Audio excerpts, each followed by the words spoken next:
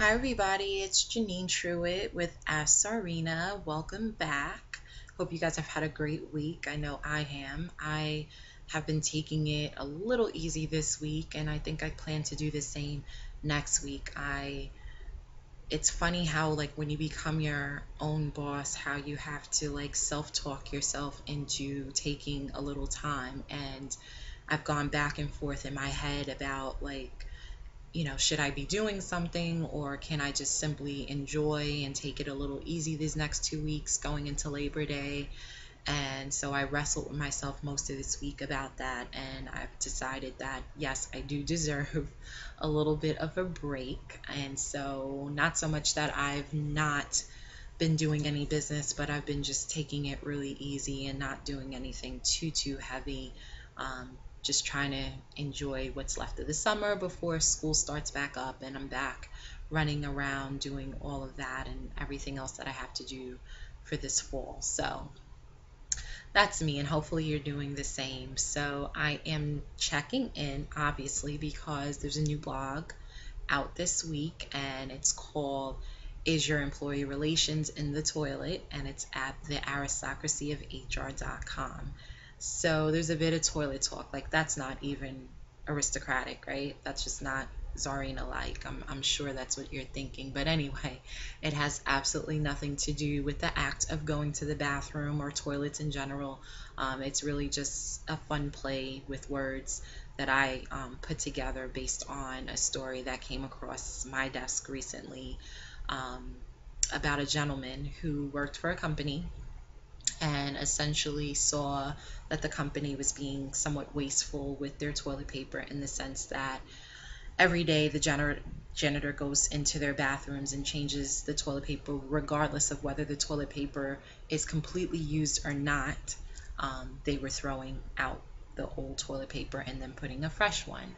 Um, don't know if there are any rules around that, and I'm certainly open to hearing about that if that's the case and anybody knows, but that was essentially the issue. And so he saw this day in and day out, had a friend that was a janitor, and essentially said to the janitor, hey, any of those rolls that you plan to throw out, just keep them for me and I'll take them off your hands. And so he'd been doing that, and but then got caught by an HR person retrieving said toilet paper one day, and essentially got whisked off into a meeting whereby he was terminated, um, you know, based on taking company property, the toilet paper.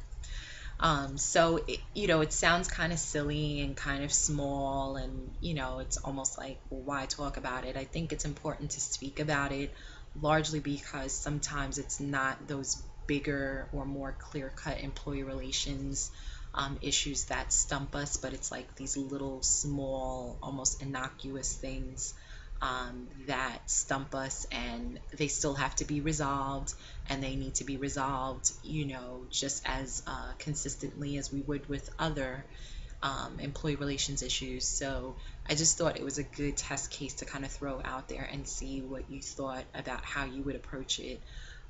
In my opinion, I felt like the termination was a bit harsh, largely because the person really had no performance issues before, had a clean record, was well respected, had done their job. And so it doesn't really add up, or it wasn't part of a sequence of events where you can say there was a performance issue, and so maybe we need to reevaluate whether this person should be employed with us. And so for that reason, for me, and I stated this in the blog, I felt like you could just have that conversation with them if it was that important to the higher ups to address that you take no company property at all, and that this is a warning, and then basically progressively discipline if there are other actions of the same nature going forward, up to and including termination. But I didn't feel like the termination right then was justified, although it's New York, it's an at-will state, and employers certainly don't neglect to let you know that that's the case. So they can do whatever they want, but I always feel like the fairness and consistency of how you treat employee relations really speaks volumes in terms of employee morale and how your employees um, perceive the fairness of your policies. Um, so the other piece that I really hadn't shared in the blog, that really led me to my decision of how I felt I would have treated it was this. So same company last year um, had employees that were doing drugs on the job. Let's just say a few different drugs. And so, that was a bunch of people. These people don't know if they had performance issues, don't really know much of that, but I can tell you that the nature of their job was such that they had to operate machinery on the job. That was a primary task for them, and they were caught using controlled substances on the job. They kept their jobs. They are still employed today.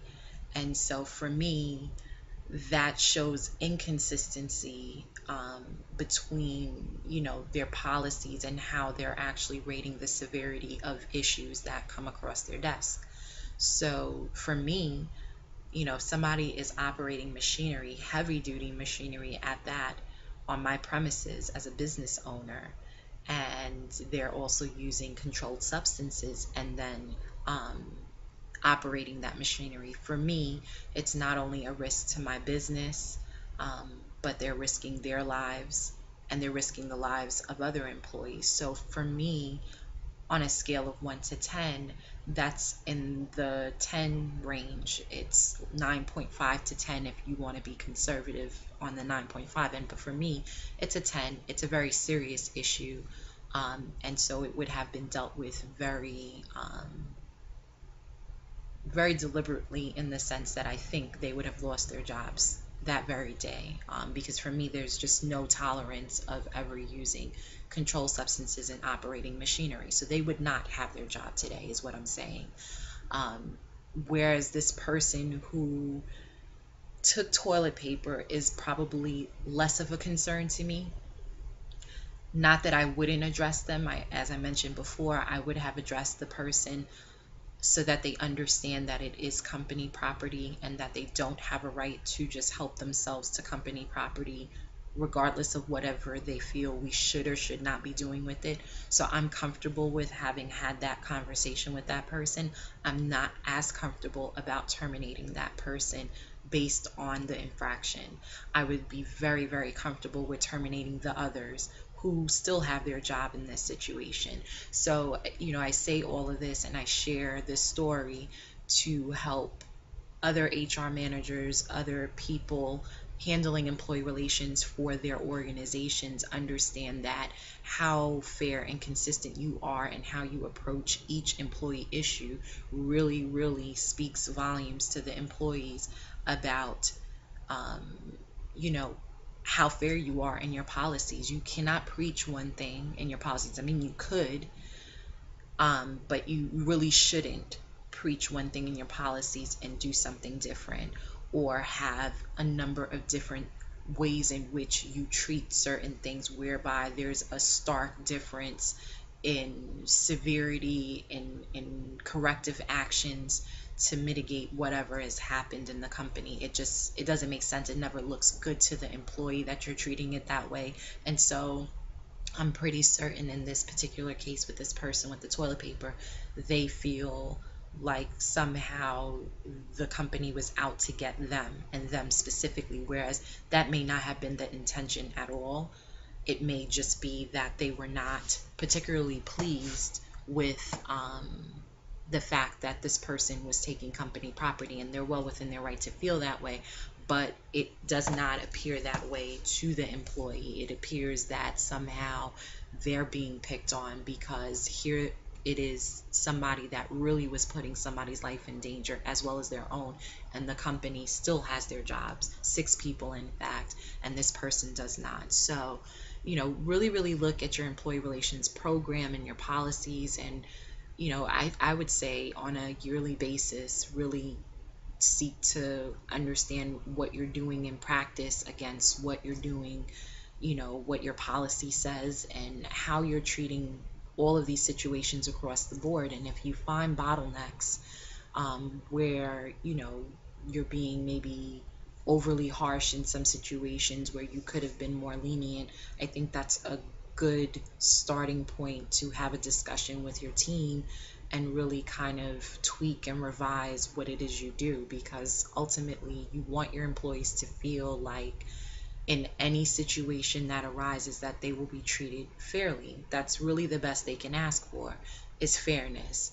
Whether it ends up working out in their favor or not after an investigation is done, that's of no consequence. That's just things you find out during the course of your investigation, and however it ends up or the results kind of stack up, that's how it stacks up. But what you should be able to promise everybody at a minimum is fairness and consistency of practice per your policies. If you're going to have them read your employee handbook when they get hired and go through all of that to know what your policies are, at least stick to them. I mean, don't be all over the place, wishy-washy, doing one thing for one person and not the other. That's just like one of the key areas where you lose employees and you start to see companies where employee morale plummets. you know, we can talk about engagement at a rate in terms of what impact that has on engagement and turnover and retention and everything. It just really impacts a lot. So I hope that you will find this week's blog helpful. I hope you find these extra tidbits to this story helpful, in kind of thinking about what you're doing in your own companies. And again, it's called Is Your Employee Relations in the Toilet? And you can check that out at the aristocracyofhr.com. And other than that, I think I'll see you guys next week, and I hope you enjoy your weekend. Take care. Bye.